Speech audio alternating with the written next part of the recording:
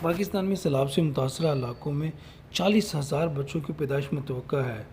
یہ اعداد و شمار حیران کن بھی ہے اور پریشان کن بھی۔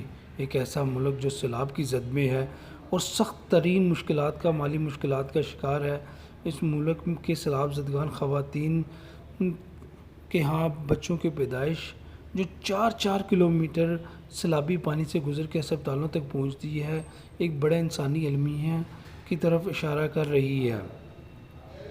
سیلاب متاثرین کی بڑی تعداد میں خواتین حاملہ ہیں، جس کی UNO نے بھی تصدیق کی ہے۔ ان خواتین کو سیلابی پانی سے گزر کر جانا پڑتا ہے، جس کی وجہ سے یہ سخت پریشانی میں مبتلا ہیں۔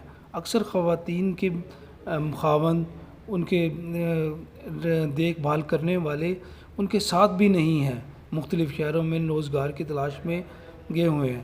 ہسپتال دور ہونے کی وجہ سے یہ خواتین سخت ترین مشکلات کا شکار ہیں۔ ڈاکٹروں کا بھی اس معاملے میں پریشان کن ہے کہ کیا کیا جائے، کیونکہ خواتین سب کی مشکلات کے لیے وہ یہی کر سکتی ہیں کہ وہ ان کے پاس ڈاکٹرز آئیں اور ان کے علاج کریں، لیکن جب تک وہ ڈاکٹر کے پاس نہیں پہنچتی ڈاکٹر کچھ نہیں کر سکتا۔ ڈاکٹر تک پہنچنے کے لیے ان کو سخت مشکلات کا جن کا معاملہ ہے وہ اسی صورت میں حل کیا جا سکتا ہے کہ ان کے لیے کوئی متوقع سہولیات مہیا کی جائیں۔ ارباب اختیار کو اس طرف ضرور توجہ کرنی چاہیے کہ ان خواتین پر خاص توجہ دی جائے۔